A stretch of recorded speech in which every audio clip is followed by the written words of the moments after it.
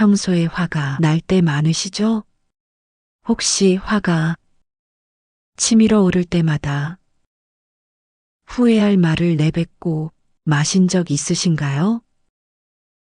순간의 분노가 지나간 뒤 왜 그런 말을 했을까 하고 스스로를 자책하며 밤잠을 설치셨던 적은요?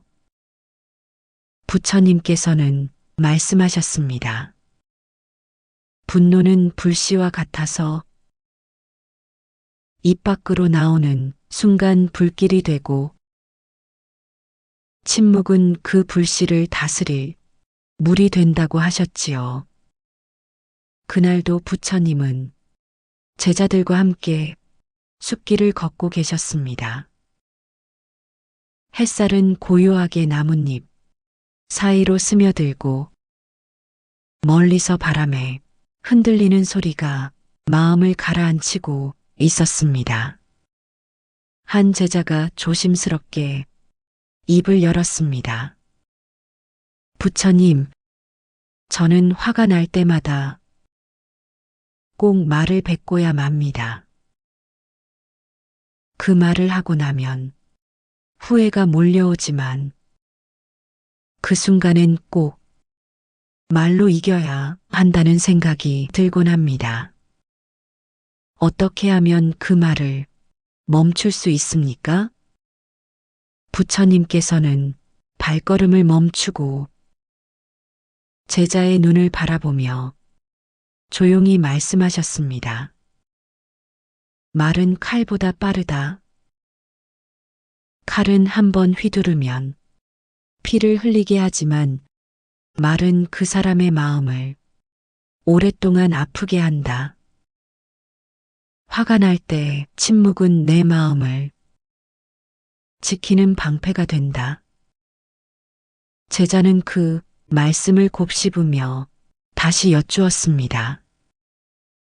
하지만 침묵을 하면 꼭 제가 진 것 같고 상대는 더 무시하려 들 것 같은 두려움이 듭니다. 부처님은 잔잔히 미소를 지으며 대답하셨습니다. 침묵은 지는 것이 아니다. 오히려 침묵은 내 마음이 흐트러지지 않았다는 증거이고 너의 중심이 흔들리지 않았다는 증명이다.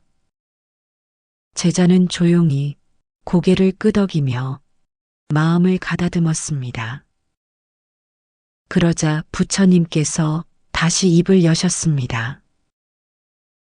화를 억누르는 것이 침묵이 아니다. 화를 잠시 머물게 하고 그 안에 담긴 감정을 바라보는 것이 진짜 침묵이다. 그리고 그 침묵 속에서 행해야 할 일이 하나 있다. 제자가 다시 물었습니다. 그 침묵 속에서 무엇을 해야 합니까? 부처님은 나무 아래 고요히 앉으시며 대답하셨습니다. 숨을 바라보아라. 제자는 눈을 크게 뜨고 부처님을 바라보았습니다. 숨을 바라보라는 말이 순간 낯설게 들렸던 것입니다. 부처님은 조용히 손을 들며 말씀을 이어가셨습니다. 내가 분노를 느끼는 순간 온몸의 피가 뜨겁게 요동치고 생각은 거칠어지며 혀는 이미 상처 줄 말을 준비하고 있지. 그때 할 일은 단 하나. 내 안의 숨이 어떻게 변하고 있는지를 알아차리는 것이다. 숨이 가빠지고 있다면 그 분노는 이제 너를 삼킬 준비를 하고 있다는 뜻이다. 제자는 조용히 숨을 들이쉬어 보았습니다. 생각보다 거칠고 빠르게 들이켜지고 있었습니다. 부처님은 그것을 보고 고개를 끄덕이셨습니다. 지금처럼 숨을 들여다보는 그 순간 말은 멈추고 마음은 방향을 바꾸기 시작한다. 침묵은 숨을 바라보는 시간이다. 그대가 그 숨을 통해 마음을 가라앉힌 후 그제야 무엇을 말할지가 아니라 말해도 되는지를 먼저 살피게 될 것이다. 제자는 부처님의 말씀을 마음속 깊이 새기며 되물었습니다. 그럼 그 숨이 고요해졌을 때 그 다음엔 무엇을 해야 할까요? 부처님은 고요한 눈빛으로 답하셨습니다. 그때는 내 안의 분노가 왜 일어났는지를 살펴라. 그 감정이 근원의 억울함이 있는지 자존심인지 아니면 슬픔인지 그 진짜 마음을 들여다보는 것이 화를 다스리는 두 번째 지혜다. 제자는 자신도 모르게 한숨을 내쉬었습니다. 그리고 그 숨끝에 남은 작은 괴로움이 조금씩 풀려나가는 것을 느꼈습니다. 부처님께서는 제자의 눈을 조용히 바라보며 다시 말씀하셨습니다.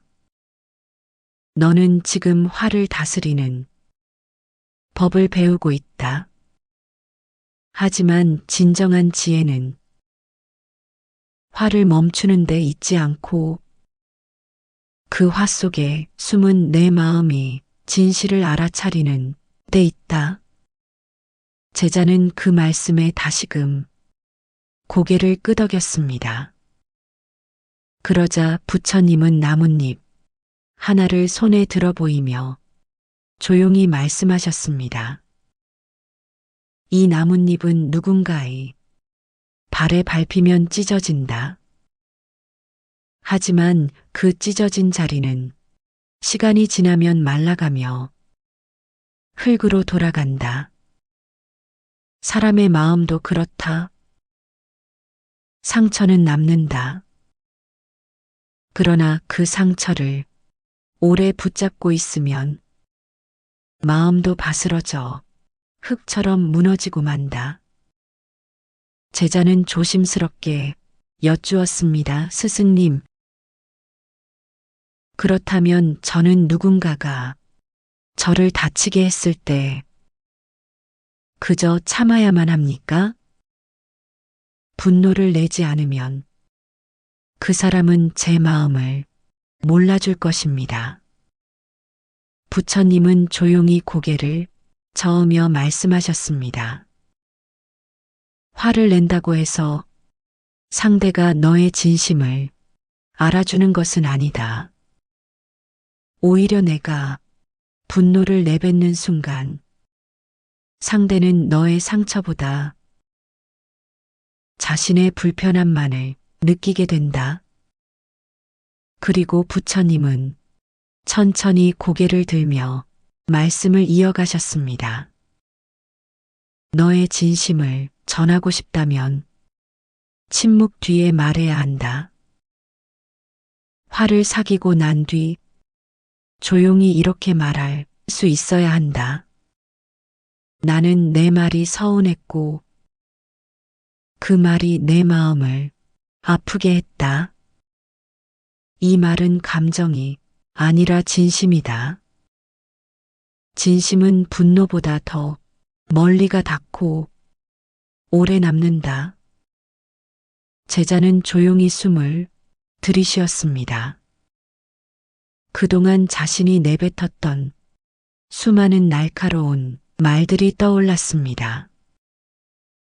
그리고 그 말들이 자신보다 상대를 더 멀리 밀어냈던 순간들이 스쳐갔습니다. 부처님께서는 고요한 목소리로 말씀하셨습니다.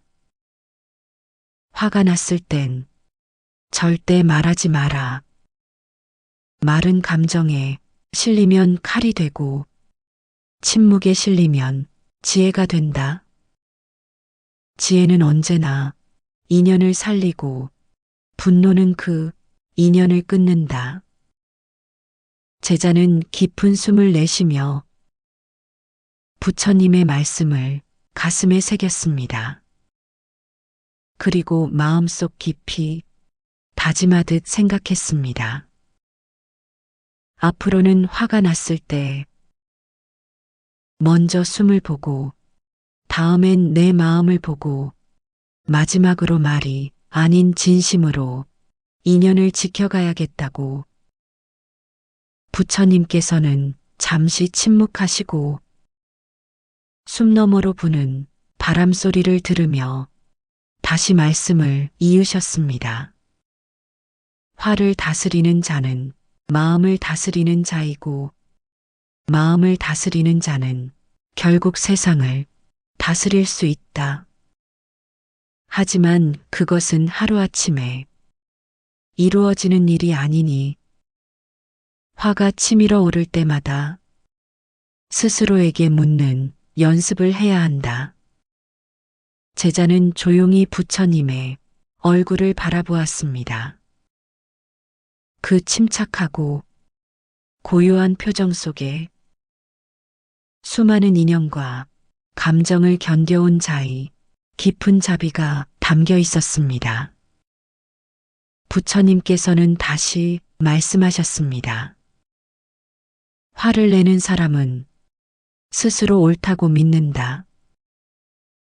하지만 화는 언제나 나의 내면을 드러내는 거울이다.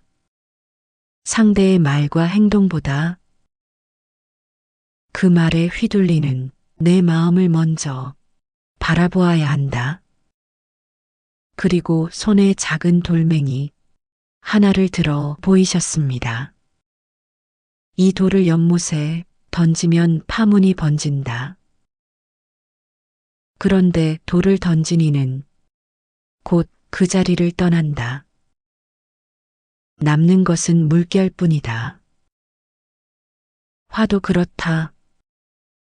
화를 낸 자는 잠시 후 그 감정을 잊지만 그 말에 상처 입은 사람은 오랫동안 그 파문 속에 머문다.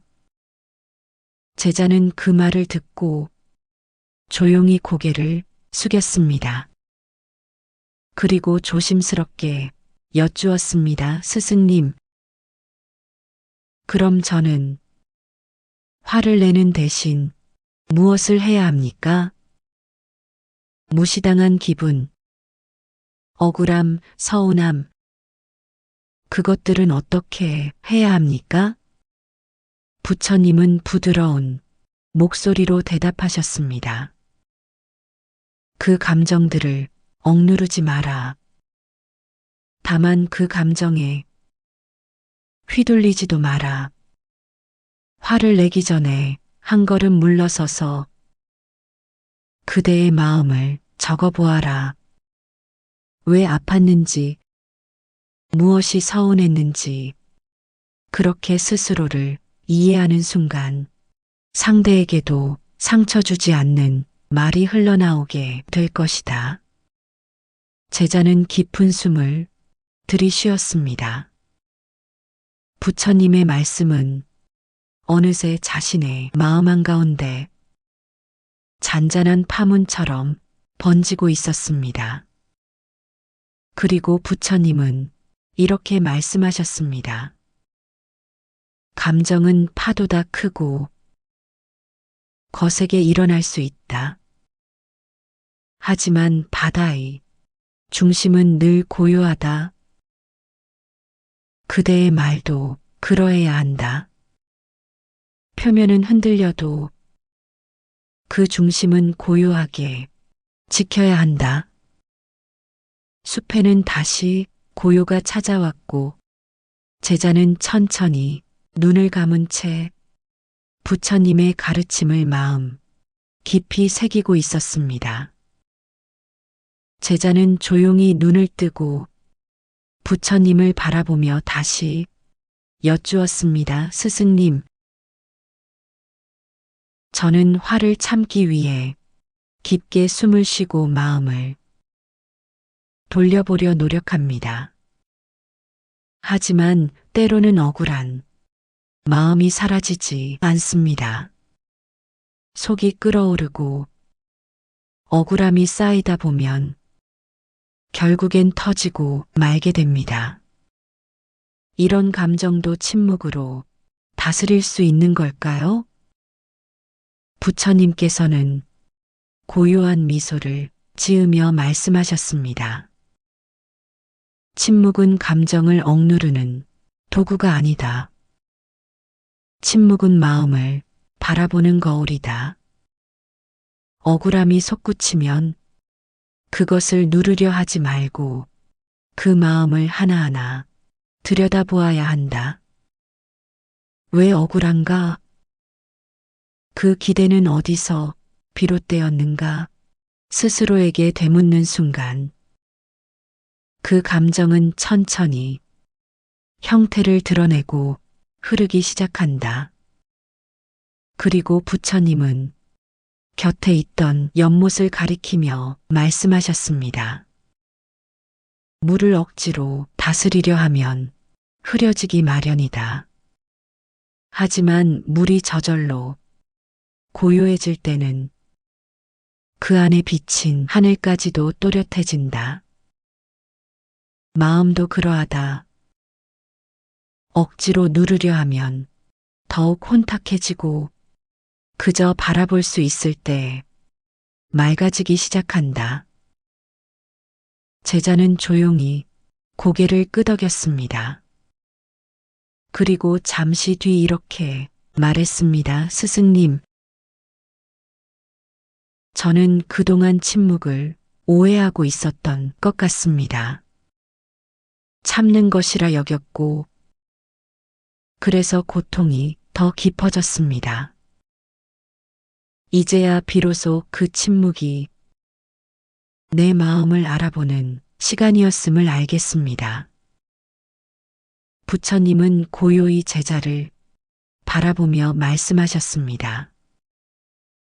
화는 단지 억울함이 표현이 아니라 너의 마음이 너에게 보내는 첫 번째 신호다. 그 신호를 무시하지도 휘둘리지도 말고 조용히 들여다보아라. 그 안에서 너는 너 자신을 다시 만나게 될 것이다. 그리고 부처님은 연못을 바라보며 나직히 말씀하셨습니다. 입을 닫고 마음을 열어라. 말을 줄이고 시선을 안으로 돌려라. 그러면 언젠가 말보다 깊은 지혜가 그대 마음에 고요히 내려앉게 될 것이다. 숲에는 잎새가 부딪히는 소리만이 남았고 제자는 오랜 침묵 끝에 깊은 숨을 들이쉬며 그 고요 속에서 조금씩 자신을 마주하기 시작했습니다.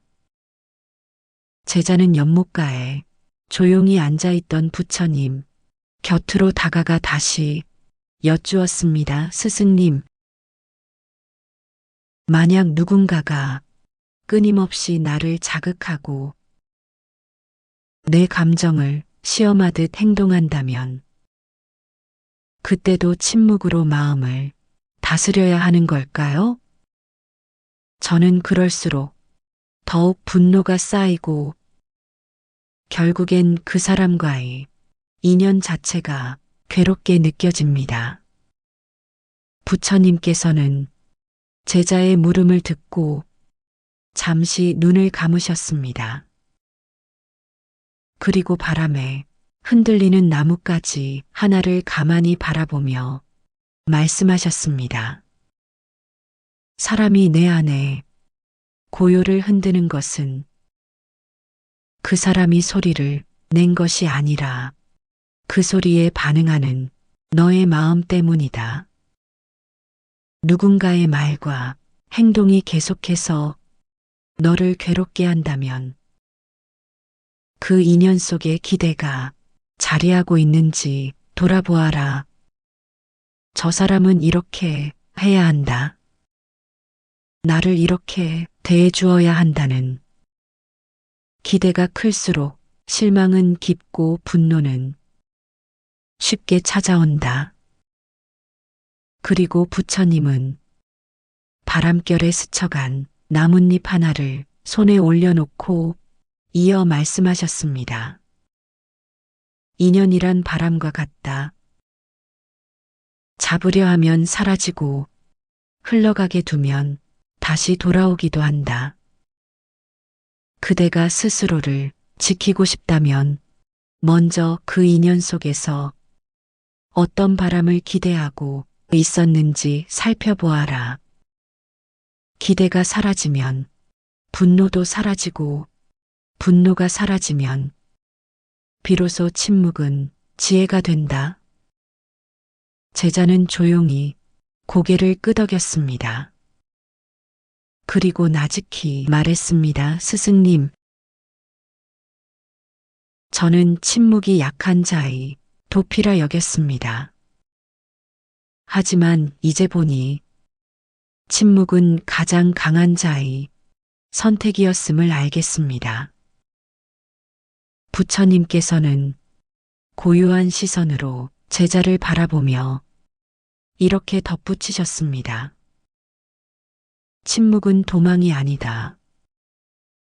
침묵은 마음을 정제하는 도공의 불길과도 같다. 거기서 연마된 너희 마음은 더 이상 어떤 말에도 어떤 시선에도 흔들리지 않는 그릇이 될 것이다. 그리고 부처님은 다시 걸음을 옮기셨고 제자는 그 뒷모습을 바라보며 자신의 마음도 천천히 침묵 속으로 가라앉는 것을 느꼈습니다. 제자는 그날 밤 숲속에서 홀로 명상에 잠겼습니다. 바람이 나뭇잎 사이로 스며들며 속삭이듯 지나갔고 멀리서 부엉이 우는 소리조차도 한편의 경책처럼 들려왔습니다. 그 고요함 속에서 문득 제자는 다시 부처님을 찾아가 여쭈고 싶었습니다. 스승님, 침묵이 마음을 다스리는 길이라는 것은 알겠습니다. 하지만 침묵이 때로는 오해를 부르고 상대에게 무시당했다는 감정을 안겨줄 수도 있지 않습니까? 그럴 땐 어떻게 해야 합니까?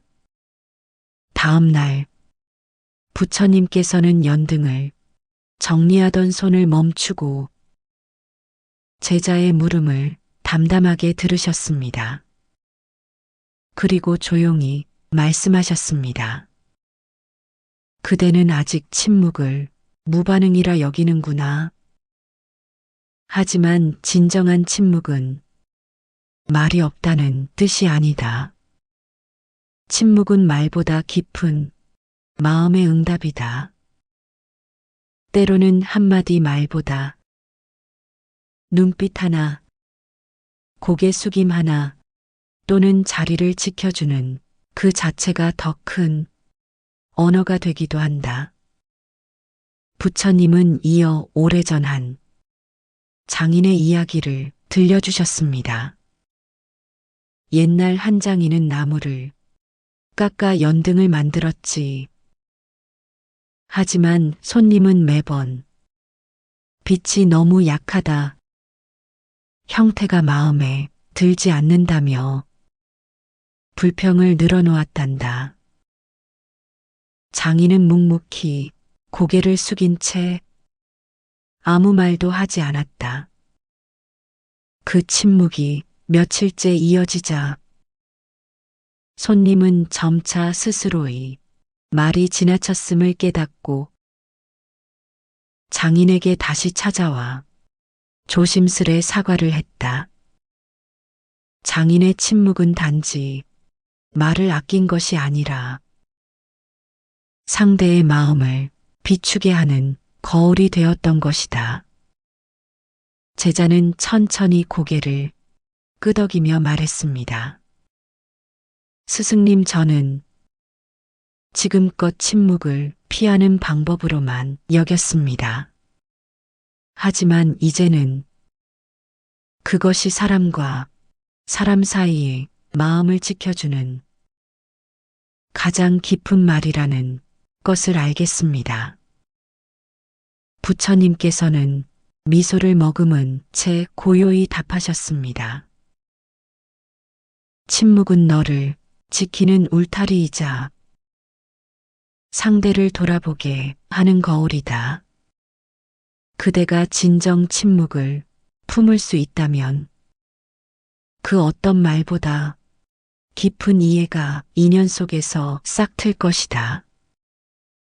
그리고 부처님은 다시 숲길을 따라 천천히 걸음을 옮기셨고 제자는 그 뒷 모습을 따라 천천히 발걸음을 내딛었습니다. 이제는 더는 흔들리지 않는 마음으로 부처님께서 발걸음을 멈추시더니 가까운 연못가의 바위에 조용히 앉으셨습니다. 그 옆에 앉은 제자도 조심스레 자세를 가다듬었습니다. 잠시 침묵이 흐른 뒤 제자가 다시 여쭈었습니다. 스승님, 마음을 가라앉히기 위해 침묵을 택했다 하더라도 속에서 들끓는 감정은 여전히 가라앉지 않을 때가 많습니다. 입은 닫았지만 마음속에서는 계속 말하고 있습니다.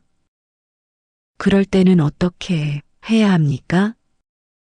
부처님께서는 잔잔한 눈빛으로 제자를 바라보며 말씀하셨습니다.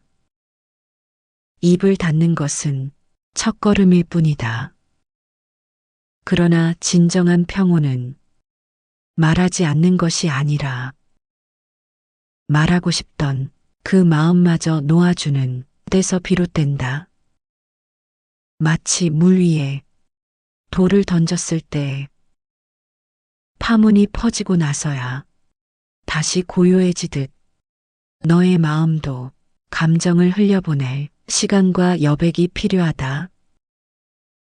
그 순간을 받아들이는 것이 수행이다. 그러고는 연못에 작은 돌 하나를 던지셨습니다. 물결이 잔잔히 퍼져나가며 사라지는 걸 함께 지켜보던 부처님은 이어 말씀하셨습니다. 화가 올라올 때 그 감정에 휘둘리지 말고 그 감정을 조용히 관찰하라. 나는 지금 화가 났구나. 이 말이 나의 마음을 건드렸구나. 그렇게 스스로를 바라보는 자는 그 감정의 주인이 될 수 있다. 하지만 대부분이 사람은 감정에 밀려 바로 반응하고 그 반응이 또 다른 반응을 낳아 마침내 인연이 무너지는 걸 경험하게 되지. 제자는 부처님의 말씀이 가슴에 스며드는 것을 느꼈습니다. 스승님, 결국 화는 밖에서 온 것이 아니라 제 안에 머무르고 있었던 것이군요. 그것을 말로 뿜어내기 전에 마음을 바라보는 연습이 먼저라는 것을 알겠습니다. 부처님은 고요한 미소를 머금으며 바람 따라 흔들리는 나뭇잎을 바라보셨습니다. 그대가 흔들릴 수는 있다. 하지만 중심을 잃지 않으면 그 흔들림은 그대를 더욱 깊게 만든다. 말은 침묵으로 쉬게 하고 마음은 자각으로 깨우는 것. 이것이 화를 다스리는 첫걸음이자 인연을 지켜내는 길이다. 그리고 다시 숲길이 이어졌습니다. 제자는 더 이상 묻지 않았지만 그 침묵 속에 모든 답이 담겨 있음을 느끼며 부처님의 뒤를 따랐습니다. 그때였습니다. 한 제자가 발걸음을 멈추고 부처님께 다시 조심스레 여쭈었습니다. 스승님, 저도 화가 날 때 침묵하려 노력합니다. 하지만 어떤 상황에서는 그 침묵조차 오해를 불러오고 상대는 제가 무시한다고 여깁니다. 그럴 땐 말하지 않음도 문제를 일으키는 것 같아 괴롭습니다. 어떻게 해야 할까요? 부처님께서는 제자의 말을 들은 뒤 잠시 연못에 비친 제자의 얼굴을 가리키며 말씀하셨습니다. 물이 흐릴 때는 아무리 손을 넣어도 그 안에 있는 것을 제대로 볼 수 없단다. 하지만 물이 가라앉고 맑아지면 그제야 그 속에 담긴 모든 것이 드러나지. 침묵은 바로 그 흐린 물을 가라앉히는 시간이다. 상대의 오해는 잠시 일지언정 내 마음이 흐려져 더 큰 말을 뱉는다면 그 인연은 쉽게 깨져버릴 수도 있다. 그러니 잠시의 오해를 두려워 말고 그 시간을 감정의 물을 가라앉히는 기회로 삼아라. 제자는 고개를 숙이며 다시 되물었습니다. 그렇다면 스승님, 침묵 이후에 우리가 할 수 있는 올바른 방법은 무엇입니까? 화를 다스리고 나서 어떻게 말을 해야 관계도 지키고 내 마음도 상처받지 않게 할 수 있습니까? 부처님께서는 고요하게 말씀하셨습니다. 침묵 후에 가장 먼저 해야 할 일은 상대가 아닌 나의 마음을 들여다보는 일이다.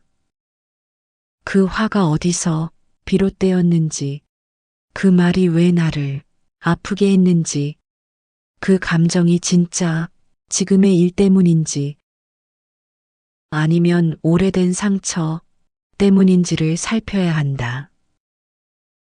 그리고 나서 말하라. 상대를 탓하기 전에 내가 어떤 마음이었는지를 먼저 이야기해 보아라. 나는 그 말이 서운했어. 그때 나는 외로웠어. 이렇게 마음을 꺼낼 때 상대도 마음을 열게 된다. 비난이 아닌 진심으로 시작한 말은 인연을 풀지 않고 다시 있게 해준다. 제자는 가만히 손을 모으며 고개를 끄덕였습니다. 스승님, 그 말씀을 가슴 깊이 새기겠습니다. 이제부터는 침묵 후에 나의 마음을 먼저 살펴 상대를 탓하기보다는 내 마음을 전하는 데 힘쓰겠습니다. 부처님은 미소 지으시며 말씀하셨습니다. 그래. 그것이 바로 침묵 후에 써야 할 방법이다. 침묵은 입을 닫는 것이 아니라 마음을 여는 준비이다. 그리고 그 준비가 끝났을 때 나오는 말은 화가 아닌 지혜가 된다. 숲속에는 다시 고요한 바람이 스쳤고 제자의 얼굴에도 잔잔한 평온이 스며들었습니다. 부처님께서는 다시 천천히 자리를 털고 일어나 제자들과 함께 숲길을 걸으며 말씀을 이어가셨습니다. 사람의 말은 칼과 같아서 화를 담고 뱉으면 날이 서고 자비를 담고 뱉으면 길이 열린다. 그래서 침묵이 끝났을 때 무엇을 담고 말하느냐가 가장 중요하다. 그때 또 다른 제자가 물었습니다. 스승님, 저희는 종종 침묵을 지키며 마음을 다스리려고 해도 상대의 반응이 계속 자극적이면 결국 참지 못하고 더 큰 말로 맞서게 됩니다. 이런 상황에서도 침묵이 옳은 길일까요?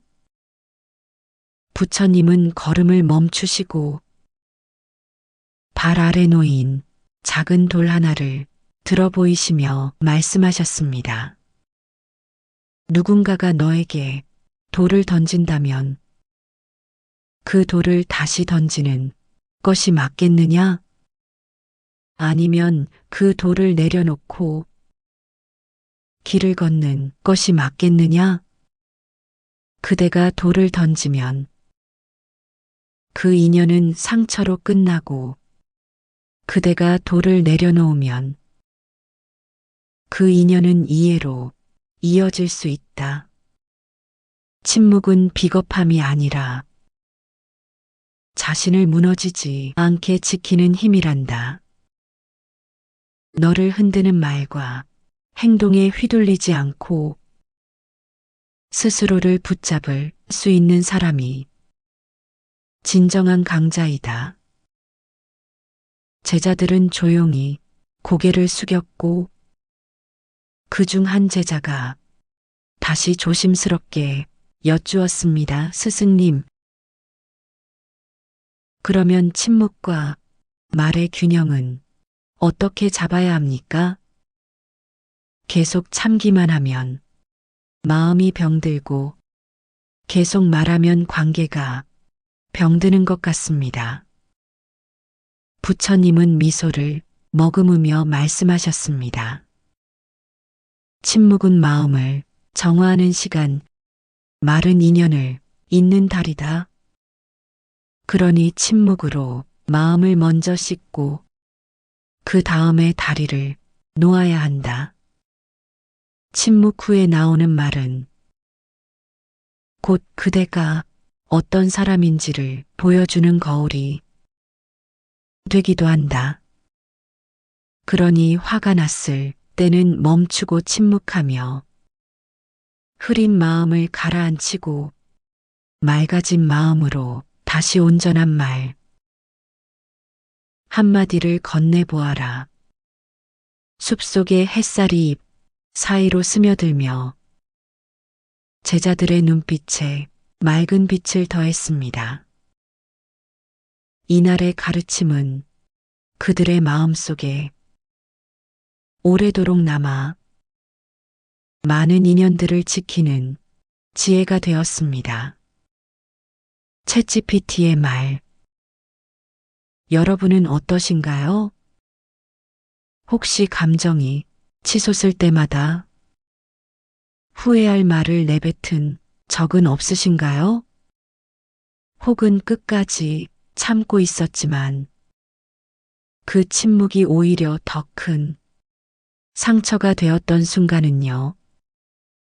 분노는 빠르게 다가오지만 그 분노를 어떻게 다루느냐에 따라 관계의 끝이 될 수도 또 다른 시작이 될 수도 있는 것 같습니다.